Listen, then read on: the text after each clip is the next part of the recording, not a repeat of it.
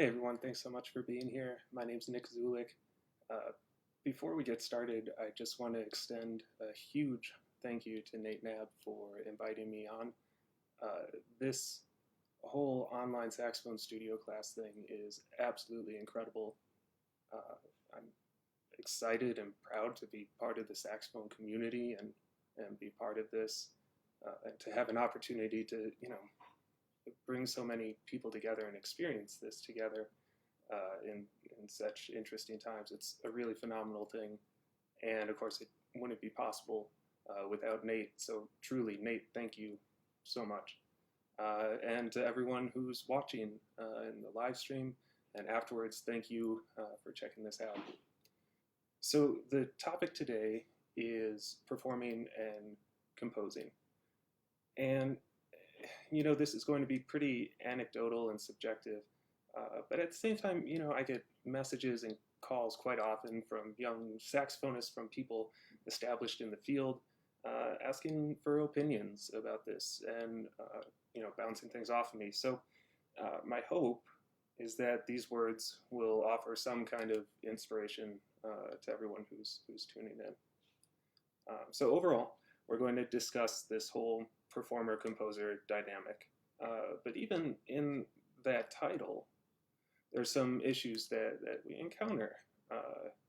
Like it's something special or unprecedented. And of course, that's not the case. There are so many examples historically of people who perform and compose. I mean, heck, think about, Liszt and Paganini and Bach played and improvised. So it's not really something that unique, but then we encountered, I think, this myth of the genius composer, and I'm borrowing that term from a friend of mine, Evan Williams, who has a wonderful paper and presentation called "The Myth of the Genius Composer." But we encountered this, like there's this separation, and like the artist is up here and the composer's up here and all of this stuff, and I think there's some value in that, but at the same time, I don't think that's necessarily the case. So what I'm trying to say, and what I do think, is that there is room for people who perform to compose as well. And I think it's a really valid and important outlet. But I think sometimes in that pursuit, we run into certain situations or mentalities that make it seem like a really intimidating endeavor, and sometimes even stop us before we get started. So in this presentation, along with sharing a bit about me, about my music, I'm hoping that we can look at some topics that might help people who are engaging in this pursuit.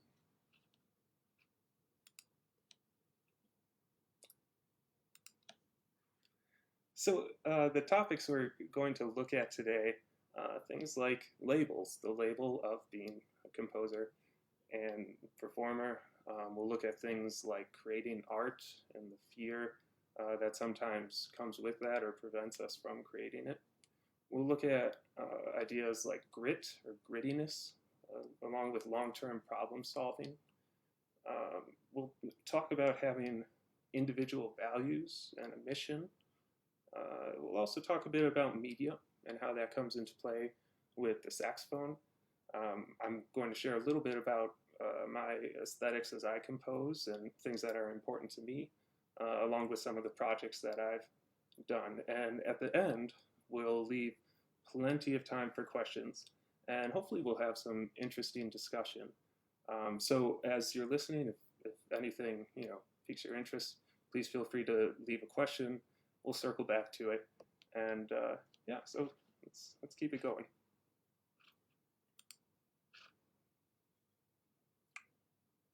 So, some of you who are listening know me, many of you don't, so I thought I'd share a few stories and a little bit about my studies and things about myself, just to kind of frame everything, and hopefully maybe there will be something inspiring along the way.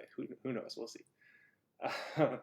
But I think the biggest thing is, through and through, I'm a saxophonist. There are many different things that I do, but if it's a tree, that saxophone thing is really the trunk of the tree, and everything else branches away from that. Or it's an umbrella and everything's underneath, whichever. Trees or umbrellas, whichever analogy you want to go with. But the main thing is that the saxophone is an instrument that's near and dear to me. It's something that I've found a voice through and on, as the majority of people in this group share. And I'm really committed to advancing that voice through communicating, through connecting with people. If you look at all of my degrees, it's saxophone performance through and through. The undergrad was bachelor's in saxophone performance. The degree in France was an artist's diploma in saxophone performance, master's saxophone performance. The DMA was contemporary music with a cognitive digital media, but still saxophone performance. So that being said, it's kind of interesting being in this composing situation. I don't have any fancy pieces of paper that say I can compose. But I say all of this because even though we're talking about the composition output today, there are other projects, many other projects that I'm involved in that are equally important. And I mean, for example, I have this saxophone piano duo that if and when we can perform again, we have, Higdon and DeCrook and Biedenbender, Wubbles, all that stuff. I have my bass saxophone program, which is more like Torstenson, Grisset, Rose, some commissions and stuff like that. I have my groups, the Coalescent Quartet, Duo d'Entre Deux with Tommy Davis, who lives in Montreal, Dial Up Stepmom. So composition is one part of a much larger picture, but the bottom line is that I love the saxophone.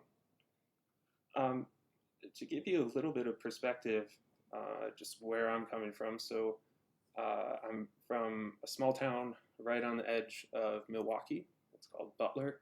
It's like literally a square mile, very tiny, population of like 1,500. It might be a little bit bigger than a square mile, I don't know. But and when I was a teenager, we moved just a little bit down the road from there to Menominee Falls, Wisconsin. I was fortunate to have private lessons in saxophone, and at that time I was playing quite a bit more jazz than classical stuff, mostly just because I didn't really know what was out there for classical music. And some things that I am really thankful for looking back, at the end of these private lessons, oftentimes we'd improvise, usually like the last 5-10 minutes or something like that. And sometimes it was improvising on tunes, but more often it was my teacher on piano, or sometimes on guitar, sometimes on saxophone, and it was this free improvisation thing. Sometimes it would be like, well, just use your ear and figure out where we are, or different things like that. And at the time, it seemed like just a fun thing, and I didn't really think it was that special. But looking back, that was a really important experience, informative experience for me, just showing that it is okay and comfortable to create music in that manner.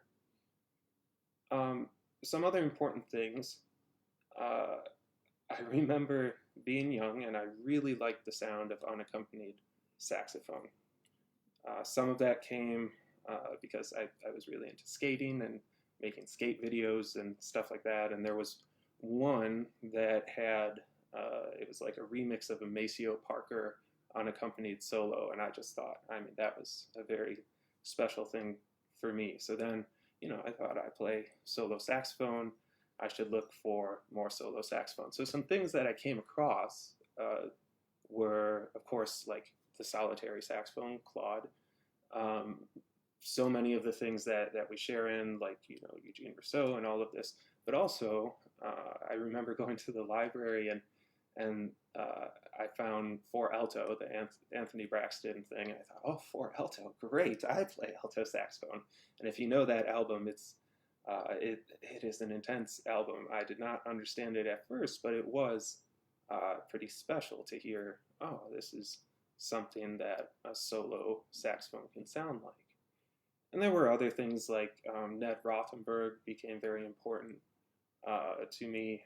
John Zorn did things like Joshua Redman and like the intro to what is it, like the live St. Thomas thing and all of that stuff. Those were just mind-blowing to me. And of course I listened to the usual things that you listen to in high school, you know, moody indie rock stuff and electronic stuff. I was also really attracted to like big textures, big sound textures.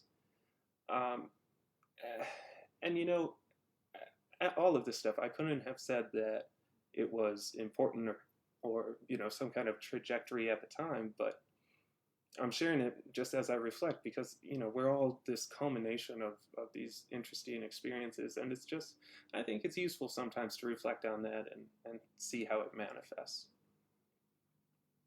So, let me get a drink real quick. Got that LaCroix going on.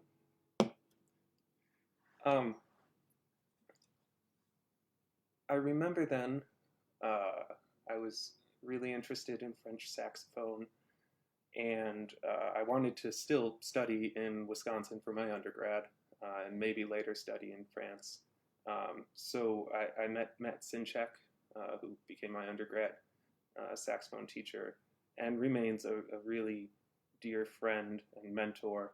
And just really value that relationship. But you know, so I went to study with Matt at UW-Whitewater, and I remember he at that time he had this sonic duo with Jeff Harriet, a composer who's also on faculty there, and they would do these saxophone and video performances, and some experiences that were really important. I remember like they were doing these tech checks, and I'd be sitting in the audience, and I just loved this saxophone and video thing and all these textures that were coming. I remember afterwards, like being ready to ask questions, and Matt, who has answered way too many questions from me in his lifetime, was just like, "Well, Jeff, it's time for a teaching moment from you."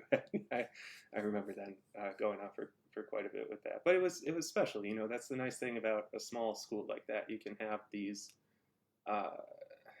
You get these really personal connections that way, and I'm not saying you don't find that elsewhere, but for me, being at a small school like that was important. I also remember they would bring in guest artists like Matthew Bertner came through a few times, actually. If you don't know Matthew Bertner, a phenomenal composer, teacher, activist, and he has projects like the meta saxophone with all this technology attached to the horn. We also did a number of compositions from him, but like some of his multimedia operas, these large-scale things, and you know, that was great. That was important. Also, thinking back, just being in Whitewater, this is, you know, southern Wisconsin, and it was pretty easy to travel to Milwaukee, Madison, and eventually I got bold and would go down to Chicago. But I played in these jazz combos. I was really into composing tunes, writing tunes for that. As I look back at that, it's pretty evident that, you know, I did that because I knew jazz and was influenced by that, but there were other textures that I wanted to investigate. And then as I kept going through, like I mentioned, I knew I wanted to study in France. There were some things like undergraduate research grants that I investigated, and that gave me an outlet to compose. So I wanted to share some of that. So this little clip real quick, this is just to show you like some of these jazz combo things. This is probably like 2006 or 2007. But yeah, here's one of those real quick.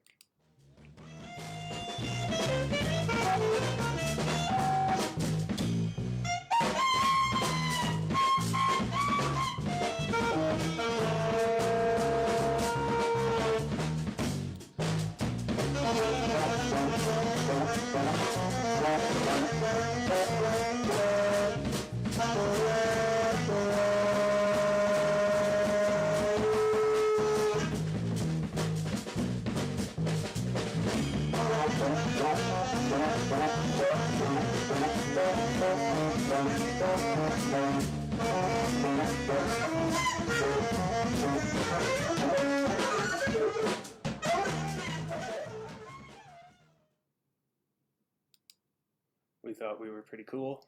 A lot more hair back then. The band, of course, had an edgy name. It was called Bullshit Dozer. Still a good band name, I think, but anyway. But then, in terms of composition, I was interested in writing with video. So I found one of these early collaborations. This was with Eric Sheffield and Anna Weisling. So I just wanted to share. This was something called the Arbor Project, probably around like 2009 or something that we were playing with this. But I just wanted to show a bit of that.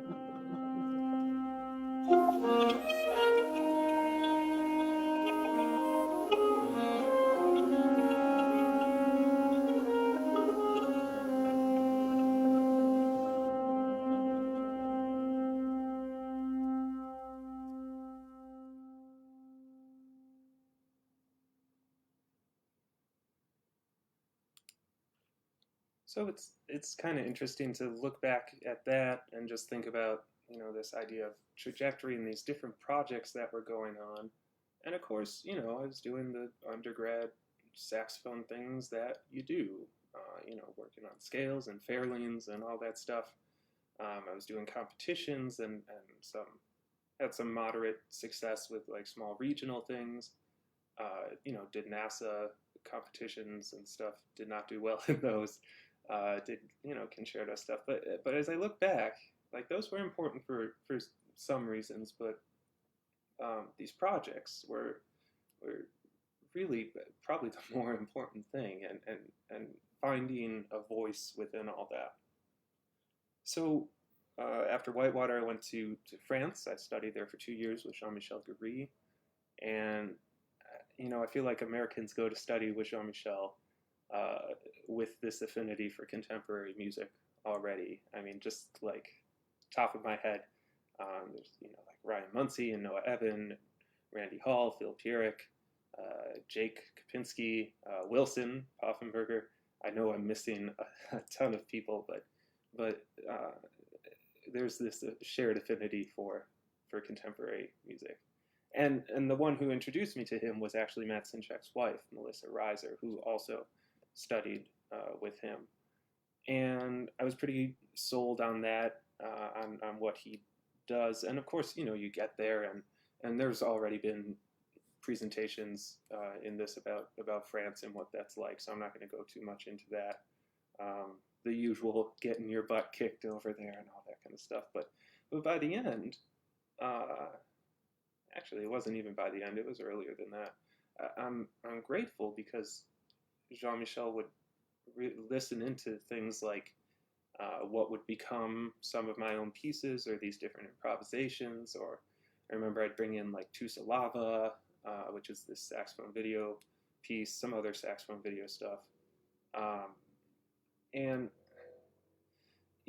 I remember actually one particular lesson, and we were talking about the circular breathing thing, and I was improvising, and I think he mentioned the idea, like, you could be on a stage and have all these different things set up, and that could be a way to perform. It's like, yeah, maybe that could be a thing. I also took lessons with a bassist, Joël Leandre, who that was really formative for me in terms of solo improvisation. If you don't know Joelle, she worked quite a bit with John Cage, with Merce Cunningham, with Chelsea, and Cage and Chelsea both wrote works for her. Worked with Evan Parker, with John Zorn, Anthony Braxton. Basically, she worked with like everyone who I was really influenced by, and those lessons with her were so important. I remember one, it was like a studio class thing, and I played something that would eventually become the Rushing Past Willow piece, and I remember her saying, "Well, that's it," and she'd go on these tangents. She had this ability to just keep you on the edge of your seat with this feedback, and it would be like 15 minutes of feedback and just like drilling into your soul, which was beautiful and wonderful. And anyway, so that was important in France. That's also where I got more so into philosophy and art, and being from a small town in Wisconsin, you don't get a lot of that. So that was pretty special. I came back to the U.S. and throughout that whole thing, there had been these different collaborations with like dance and all of that. Some over there, some had formed before I left. And when I got back, I continued with those with those kinds of collaborations. That's also when I started taking performances around a bit more, and some of that was because I guess people were more interested in hearing stuff because I was just in France or something. But it's also when I was really committed to having a set that I could take around, and I had been doing this video stuff. I had some transcriptions from like Ned Rothenberg, Colin Stetson, and I'd always have like my compositions kind of buried in there. And it's kind of funny looking back. There was like an inferiority complex with it or something, but it was 2014, 2015 when there were some key events that really pushed me to say, no, I'm gonna make something out of these compositions. And so that's all during Bowling Green, and somewhere in there I taught at Whitewater for a year, and I think about those experiences, something that I'm thankful for with Bowling Green. Of course, it was a place to investigate contemporary music, but a lot of things there it came together there in terms of recording and cinematography, and that was helpful with this vision. So a lot of I do photography, and the thing is that was really a way for me to practice cinematography, which I would eventually use for my own pieces. In case you don't know, it's a lot easier to just set things up for photography than cinematography. So it helped with learning about framing and lighting. And along the way, I found out people like the photos, and I've been happy to help people out with like press shots and stuff like that. But also there I got to dive into this cognate for digital media with recording, and that became a really expressive part of my compositional output. The video stuff, I mean, I'm really proud. That's actually what my dissertation research was, and I look at how the saxophone has been this experimental voice within the video concert hall paradigm, and Bowling Green was great for all of that. And that kind of leads us up to now. I'm fortunate this past semester I'd been at Oakland University filling in for Jeff Heisler, but before that I was here living in Chicago, and I'm thankful that I was able to really just perform and compose and do some other video work stuff, and that was all great. And of course now I'm very grateful to have this opportunity to work with Eighth Blackbird. I mean, 4-time Grammy-winning ensemble, phenomenal people. They know me first as a saxophonist and composer and support that. It's a great group to be working with. So that's how we get here. So just to tell you a bit about some of the projects that I've done, things that are important. Rushing Past Willow was an album and project that I put out in 2016, and really what pushed a lot of this to the forefront it was a crowdfunded project, and originally it was just going to be something to go on Bandcamp, but some mentors were encouraging about doing other things with that, and finding a label, and really producing it well. A lot of the research that I did at Bowling Green went towards recording this project and figuring out how to do these huge mic setups.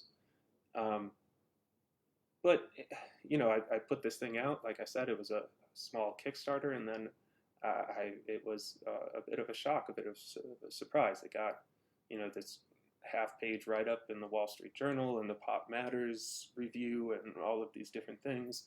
The videos, there's a certain aesthetic to them, and it was kind of unreal that they caught on in different places online, and I'm just happy that they resonated with people in that environment. It's really, that was the hope, the dream with them. And then, of course, the films were shown at different film festivals around the world. They won different awards in experimental media and all of this stuff. And I think a lot of that was just because it's rare to have a composer, a performer, cinematographer all in one package. But it was an exciting thing. There aren't too many people doing that kind of thing. There's like Michel Vandera, who's hugely inspiring to me. But anyway, my point is that even going back, like we saw with that Arbor Project thing, there was this growth over time, a gradual growth. And it was probably in France that I knew I wanted to do some kind of album. And it was just like always revisiting this problem, this idea, and continuing to form it and put it together. And then eventually I had a project to put out. Some other things that I'd like to share, of course, Enter Branch is the follow-up to that project and will be coming out soon, and I'm very grateful the saxophone community backed that thing and made it possible. It's incredibly close in terms of tracks, but then there's the film part and all this stuff, so it is getting there, and I'm excited to share that. There were some things with film. One that just came out is a short film called Engulf You. I was able to score for that.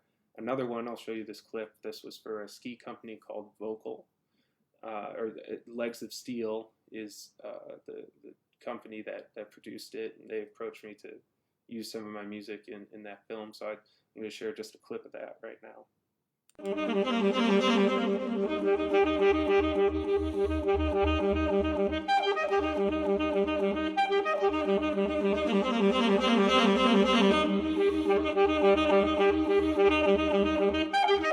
Those are the 10.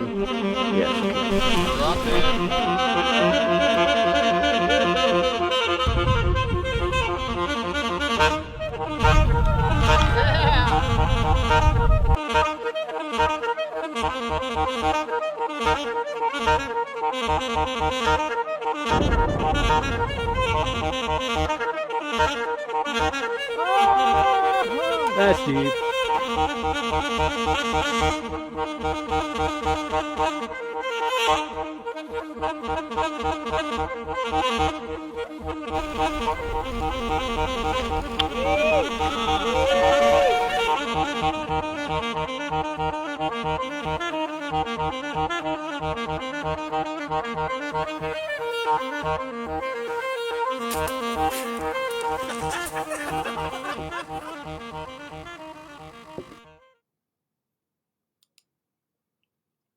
I love that, and it was so cool to work on that project, especially. I used to snowboard and all of that stuff, so that was really cool. But then there's this dance scoring, or these dance scoring projects that have meant a lot, and it's interesting to think how this goes all the way back to the undergrad stuff. Actually, in that clip that I showed earlier, the drummer in it, he's now the music director for UW-Madison's dance department, and we got into a lot of trouble together, and writing this stuff, but that's what led to this piece that was for the Madison Ballet, and my relationship with Wild Space Dance Company, first as a performer and eventually as their music director. But I wanted to show just a clip of some of that Wild Space stuff. So here's that.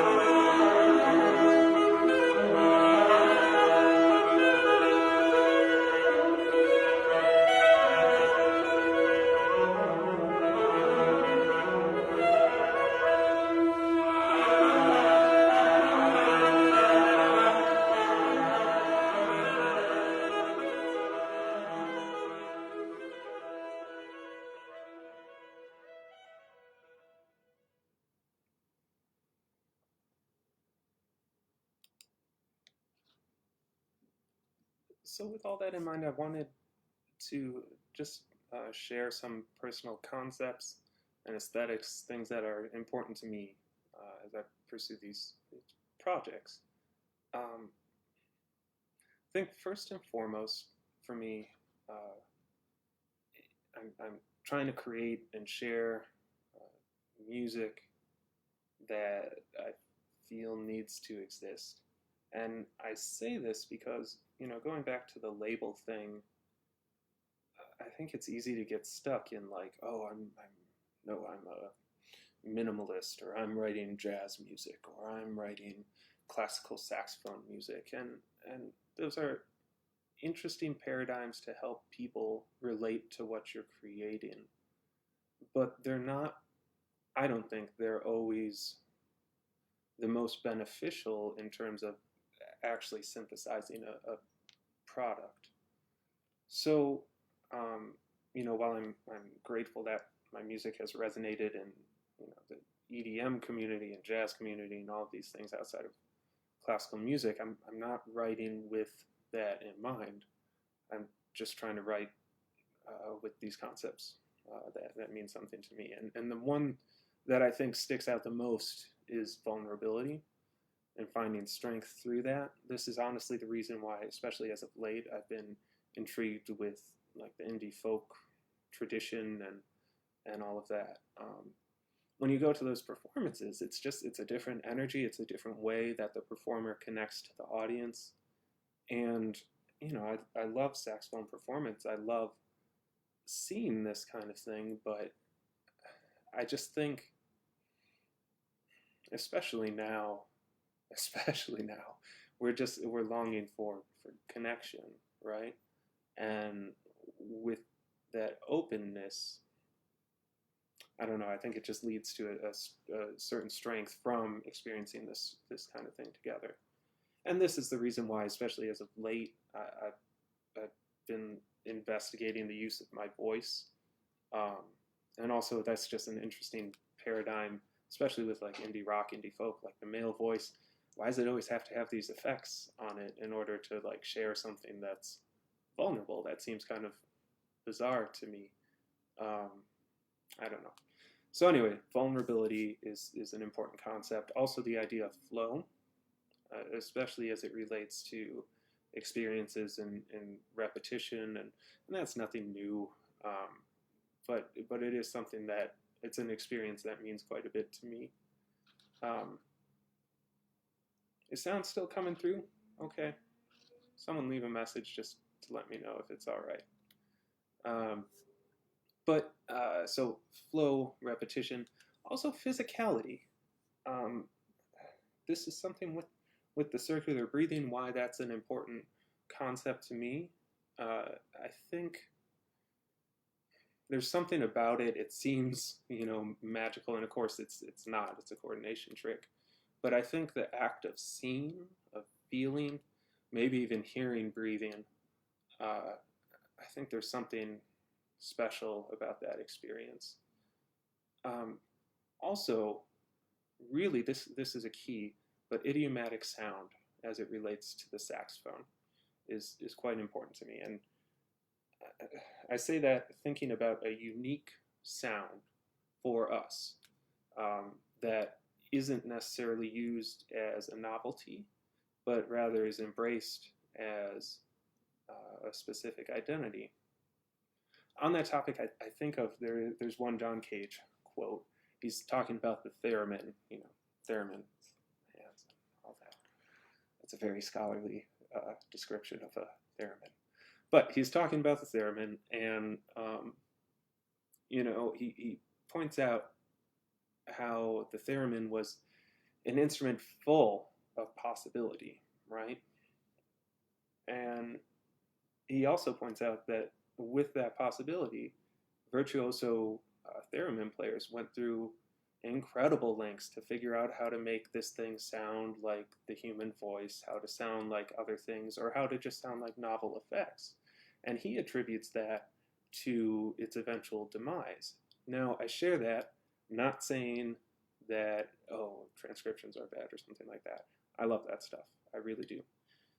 But I bring it up because I do think the development of an idiomatic language is crucial, or the continued development of an idiomatic language is crucial for the saxophone, especially going forward. And not just in a novel way, but something that's just special to the instrument. I'm also really interested in intermedia expression. So what I mean by that, it's different than multimedia. It's an expression that is linked across different media. Just to give an example of that, I want to show, so like in Rushing Past Willow in the videos, I don't think this is always that apparent, but there's some framing of shots, there are some motions, there are some objects like the actual amplitude-hadron object, things that are connected through all of the different films. So just to show you, and I'll talk a little bit over that. This framing of people looking out, centered, and water was an important thing throughout most of the films. This reaching, there's a couple other clips it's going to cut to. The dresses, there are different characters in these narratives, red dresses, blue dresses. At least that's what identifies the character, even though they're different actual people. That amplitude-hadron is a beautiful shape in my mind. It's a shape that's meant to summarize all of these different equations in quantum physics. I just think it's a beautiful thing that such a simple shape can summarize something so complex. Yeah, these cityscapes versus nature. Yeah. You find a way to express across different media, and to use, there's a quote in media theory from Marshall McLuhan, the medium is the message. And that's a beautiful thing to ponder, just how do we use the medium to be uniquely expressive.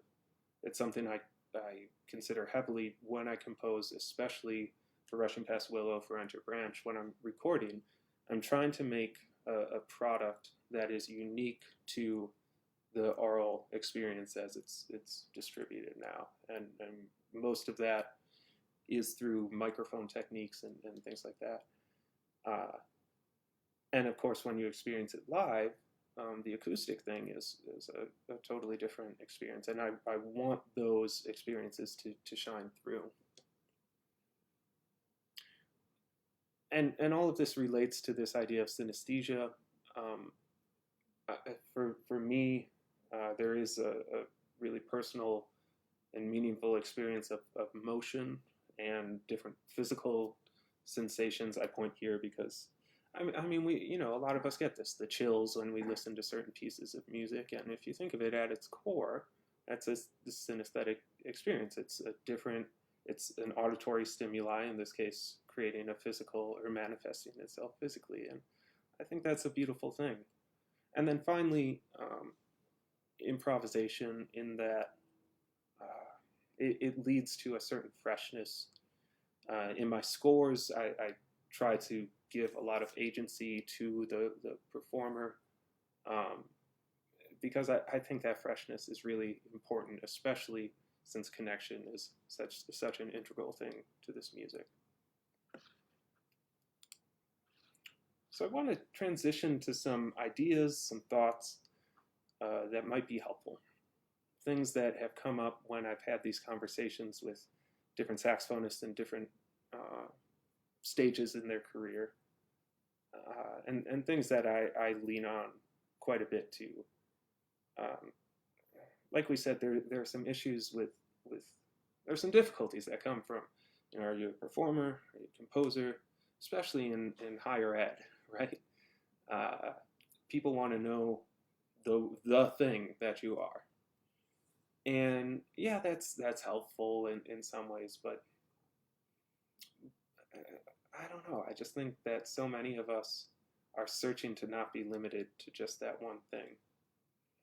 So with that in mind, like how do we tackle this? How do we move forward with this? So I think the first thing, the most important thing, is knowing your values, the core values, knowing your mission, and finding the steps to achieve these large goals that you have. So personally, I've talked quite a bit about so many of these, but in my own core values, connection, communication, vulnerability, these are really critical things for me and my values. And as I pursue different things, I look back like, okay, does this pursuit reflect my values?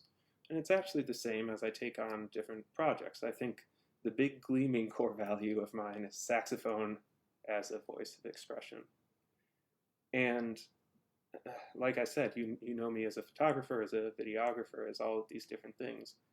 But when I'm offered different projects, I usually look at that and think, okay, does this relate to my core value? Usually with video or something like that, I'm thinking, does this help the music community or the saxophone community, or will I gain like a new skill from this? And sometimes, you can fudge it a little bit, but it's just helpful to have values written down that you can lean back on, that you can reflect on, and that helps guide you going forward, I think. Another thing is figuring out how to get inspired. So personally, especially if it's a composition thing, I get a ton of caffeine. Even the crappy Circle K coffee, just a big old thing of that. If I'm feeling fancy, go get some Starbucks. I'm totally joking. Michael Schultz would be very mad at me for everything I just said. But I get that caffeine, and I go drive. I have my voice memo app ready. And so many of my ideas come when I'm listening, or I put on a drone and I sing with that drone, or even just saying the idea or something like that. My phone is just full of voice memos.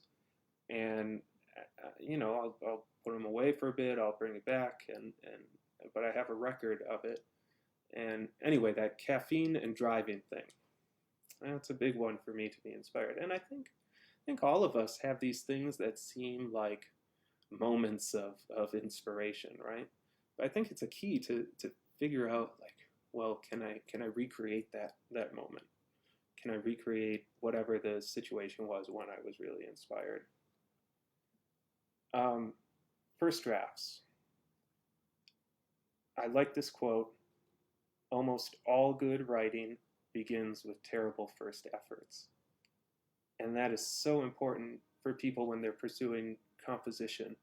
I think that first thing, you want it to be like, yes, opus 1, like this is it in the catalog. And that's ridiculous. That's way too much pressure.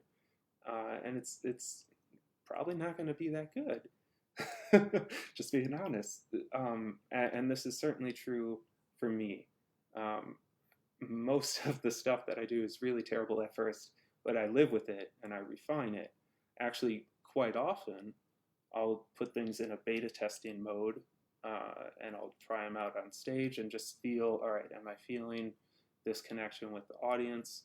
And they'll stay in that beta testing phase for a while. It's the same with titles for pieces, for things like that. Um, even with commissions, I think this is important, and this is a gripe of mine as I commission works, especially in the past. Like, yes, you have the commission and premiere, but so often I don't think that premiere should really be the end of the line. If anything, like, yeah, we got our first test run. Let's go refine this thing now. Like through, I think that's just an important part of collaborating when we commission, like trying these things out and knowing, like I was saying, the first draft is going to be rough, and that's how it is for everyone. So when you create something, yeah, try it out, see what works, continue to tweak. Now, if you're bad with deadlines and such, you got to figure out, you got to navigate that. You got to set deadlines for yourself. For me, it's performances and things like that, because you can get stuck in this infinite tweaking stage, and that's the balance. You got to know when to walk away. Nothing ever feels ready, I don't think. Um, a really good book on that. I talk about art and fear a lot here. It's because there's a book called Art and Fear that I think is a wonderful book when it comes to the idea of putting art out into the world and what we deal with to do that. I mentioned the voice memos. I think it's important to keep a sketchbook, to have ideas that you can come back to. It might mean something in one moment and it might not later, so you figure out a way to have a long-term relationship with those ideas. Talent. Okay, this could be a whole topic for one of these talks, and it's come up in many of them already. But I'm sure we encounter this. Someone makes that comment like, "Oh, you're so talented," or something like that. And when someone does that, you receive it with grace. You shouldn't be like dismissive, but truthfully, I don't think it's a talent thing. I mean, especially personally, most things on saxophone came very difficult for me, and I'm thankful for that. Like tone, air control, articulation, memorization, I had to figure out processes in order to make those things work. But talent, I say all this because oftentimes people say, well, I'm not a composer. I'm not a big capital C composer, and I'm not talented enough to do that. And it's like, well, if you got that thing you want to share, I don't think it's the talent part that's getting in the way. I think you got to just push that aside, because talent really is having the amount of preparation ready for the moment, whatever that moment might be, and then when the moment comes, you're able to deliver to whatever the best of your ability is. I think it's as simple as that. So I say this so people don't get stuck in that whole, oh, am I talented enough to this? Some other things, having friends. Make friends who make art, not just saxophone music, and figure out how to share your art with these people, and be in that group of sharing and inspiring. I think it takes many forms. I'm constantly inspired by friends who are not just like trying to do the professional musician thing, or not, I don't know, they're in all different walks of life, but they make this art and it resonates with people. And I think it's just important to have those friends close and have a system of sharing in place. And then with goals, yeah, we have goals. So often with students, especially, the goals are, I want to graduate, get my degrees, do competitions. And I'd argue that, yes, these are goals, but they're also tools. And, your degree is a tool to access your goals. So as I think about composition, I think you should have the goal, like for me personally, is to connect with people, and there are certain musicians who inspire me, who I want to play with, and things like that. But actually, here's a good example of it. So working with Ace Blackbird, it's a 4-time Grammy-winning MacArthur Grant recipient ensemble. I mean, they've done the thing, and I'm honored to be on board with that at this point. But when it comes down to it, they don't sit and like sit on top of those rewards. Really, it's like, okay, those are nice tools, and I think they verbatim have said like, yeah, they're good tools for booking and for getting us to move forward. But the main things with them are the values, the mission statement. How do we flesh these out, and how do we keep moving forward? So I think along with the mission, with core values that we should all have, you should also have these big goals and then figure out the steps that it's going to take to get there. We've already talked quite a bit about labels and dealing with that, so I'm going to skip that one. Time, though. Time is a tricky thing. I mean, there's never enough time. So it's a question of how you're going to divide your time. How do you practice efficiently if you're a saxophonist, if you're a performer? How do you maintain that skill if that's part of your core values? How do you navigate this thing? But also with that, having the patience to understand that these things are going to take a long time to unfold. And I say this, I mean, Rushing Past Willow, it's funny because people just saw that end result, but in reality, there were years and years and years of refining that stuff. And it's the same with Enter Branch. But that gets to the idea of grit. Every day we go, we plow the field, right? We have to keep plowing that field in order for things to grow. We encounter naysayers, you encounter things that you have to overcome, but it's about how you pick yourself up, how you pick yourself back up, I should say, and continue. I think the best part of studying music is gaining the ability to solve problems in the long term.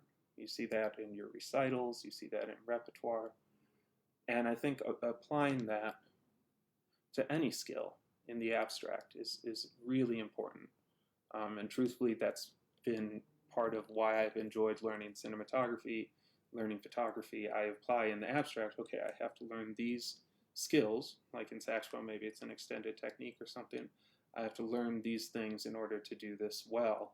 And I'm going to do some trial runs of this thing, and then eventually I'll get to the thing. So having the grittiness to pull yourself up, but also to encounter all of the dirty work that comes along with that. You know, people see, I think we know this, people see the product, but there's so much that goes on behind the scenes. I mean, I can tell you with my videos, you know, the amount it takes to produce something of that quality, those shots in the water, someone's got to go out in the water with that camera and not drop the camera. But not even that, you know, working whatever the outside jobs are finding a way to even acquire the equipment. And you know, we all come from different backgrounds, and I don't want that to sound like a pull yourself up by the bootstrap thing, but I'm just trying to say that there's so much involved in any performance, in any product, and especially any composition that we encounter. I want to end with two things here. One is the difference between quitting versus stopping. You can stop something, but it means you're going to start again. It doesn't have to, you know, we always expect the trajectory to be this gradual uphill thing, but of course, we know that, you know, someone's trajectory is this big, messy thing. So I think sometimes I say this because it's okay to stop a project, like Rushing Past Willow, for example. It wasn't, yes, there are some continuations in my trajectory, but there's plenty of times that I have to stop and do something else. But quitting is a different thing. Quitting is something you do once. So I think knowing that difference in yourself is really important. And finally, vision versus execution. And I think this is a difficulty with performance, but with composition as well. So often our vision races far ahead of the actual execution of the idea. And we know this as saxophonists. How many times, teachers, have you heard this in a lesson? How many times have we said in a lesson, like, oh, I can hear it so much better in my mind than I can play it? And it's like, yeah, because vision exceeds the execution. So, you know, I don't think that ever goes away, but but it's that grit, it's that patience that I think helps us execute the vision in the way that we hope. So with that, we've covered a lot of ground, and it's a little bit of a scattershot thing, but I want to open it up for questions and discussion. I mean, so many people in these talks have already encountered entrepreneurship and recording, and they've done it so well, and I've learned a lot from that too. But we didn't touch on that here. I'm happy to. We didn't talk about any of the extended techniques or anything, so let me know what questions you might have. I'll be watching the little live chat thing.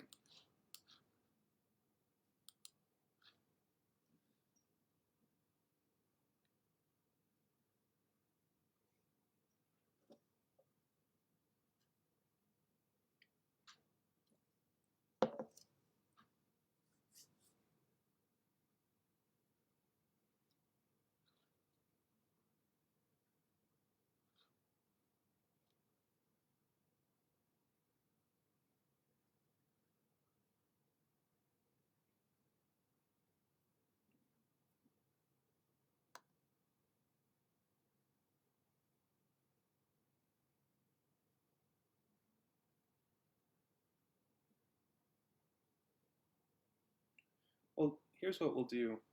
So I have one more video queued up. I thought I'd use this to play it out. If anything comes to mind, please feel free. Oh, wait, here we go. Great. Thanks, Nate. Yeah, the overtone exploration. And I mean, so many people have talked about, overtones and tone. They began, actually, a lot of these pieces began as tone exercises, strangely enough. I think it was Zach's class where he was talking about like the C matching. I mean, quite frankly, symmetry and memories began as a C matching exercise, and then so, this actually sounds interesting, and it was kind of a process of making etudes out of these exercises, because we hear this so often. Play your technique, play your exercises as musically and all of that, and that was something I struggled with.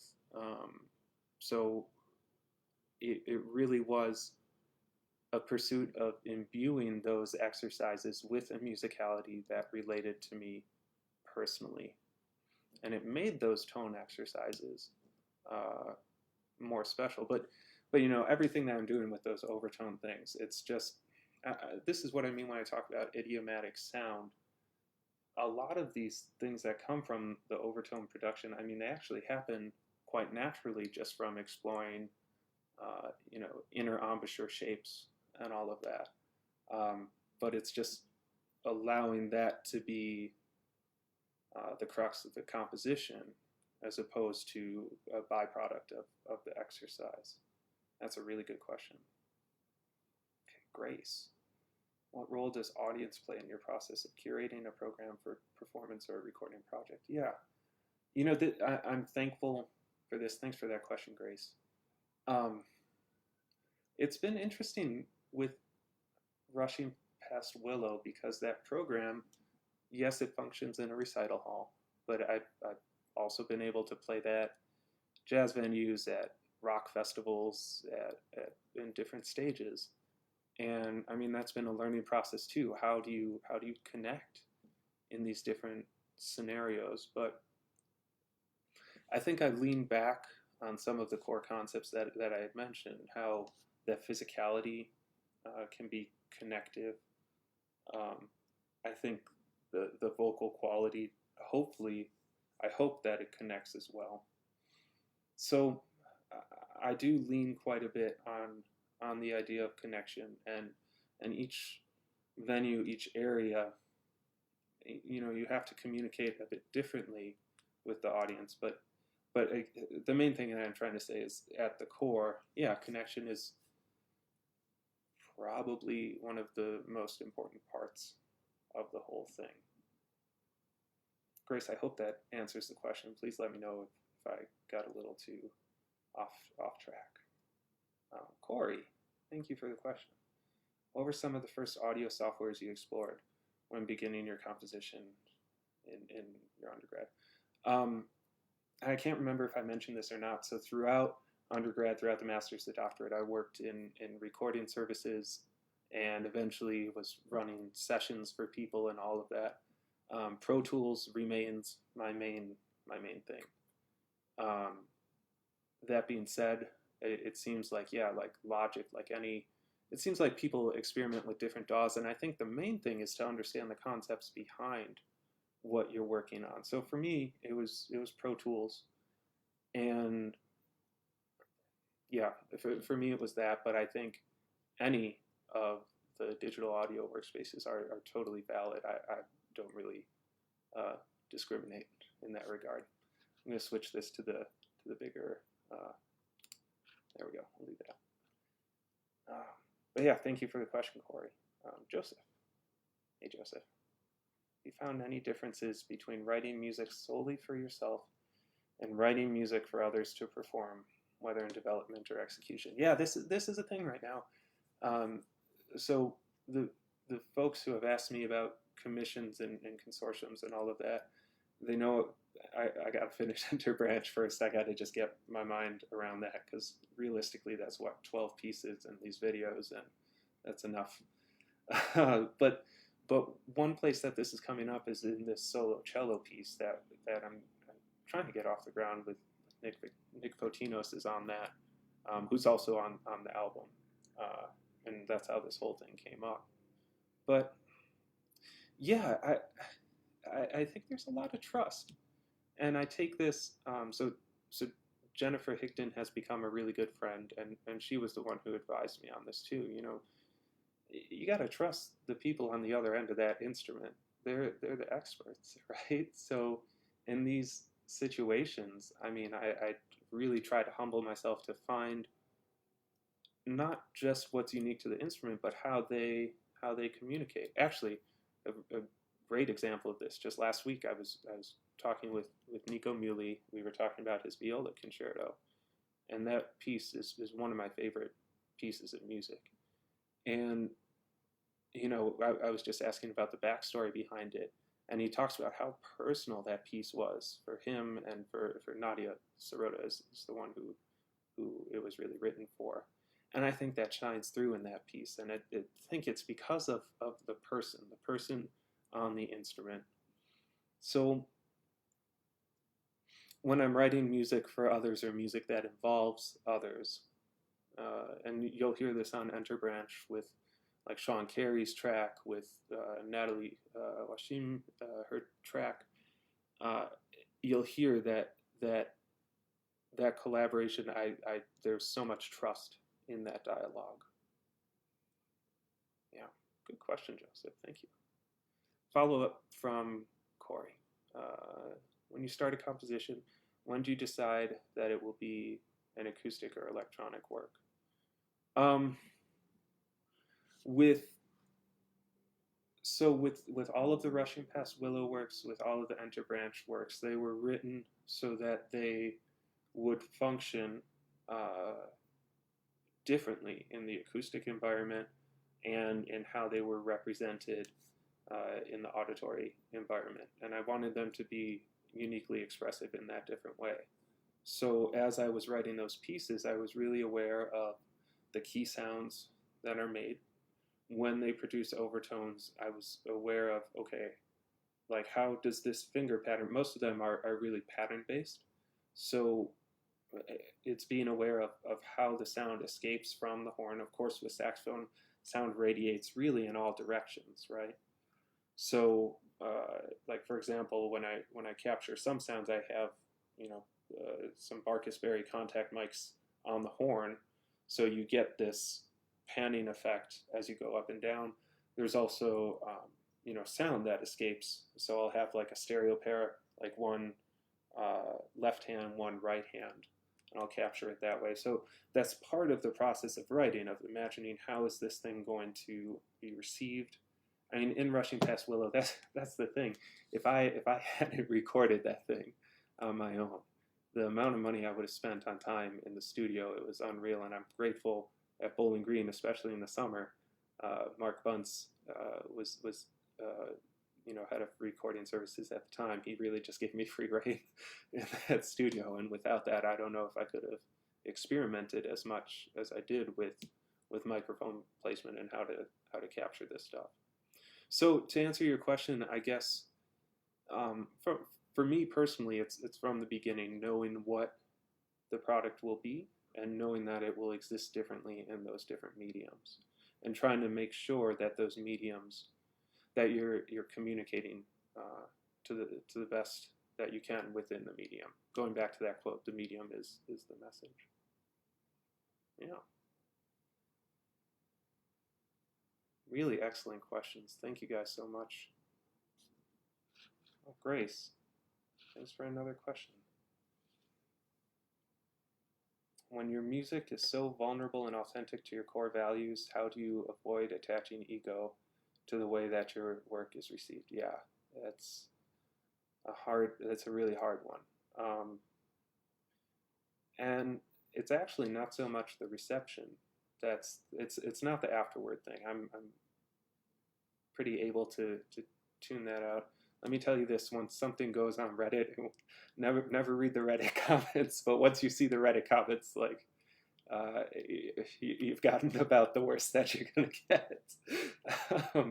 But no, actually, this is a difficult thing for me still, going out and performing, and I'll be really honest about it.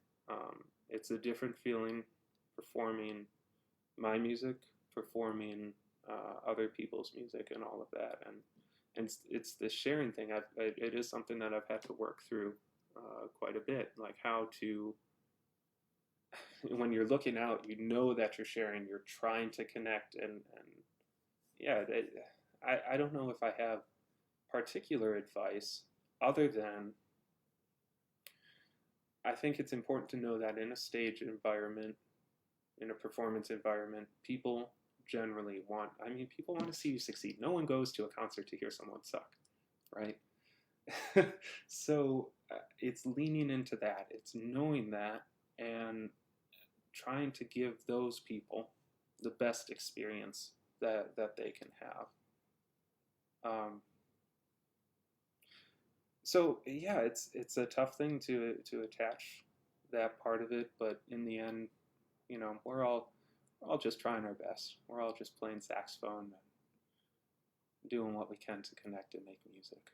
So I don't know if that's a direct answer, but that is a really good question, Grace. Thank you so much. If there aren't any others, I think I'm gonna play it out here. But before I do, thank you all so much for listening. Again, I know this was kind of a scattershot thing. There were so many different topics that we could cover, but I hope it helped. I hope that something was inspiring in all of it. And it's really beautiful to share this with all of you. Thank you again, Nate Knabb, for having me. Come on, what an honor. This thing that you put together is brilliant. So big round of applause for Nate Knabb for organizing all of this. And yeah, I'm going to leave you with one track, one video. It was a collaboration with a friend of mine, Josh Simmons. Simsies is his artist moniker.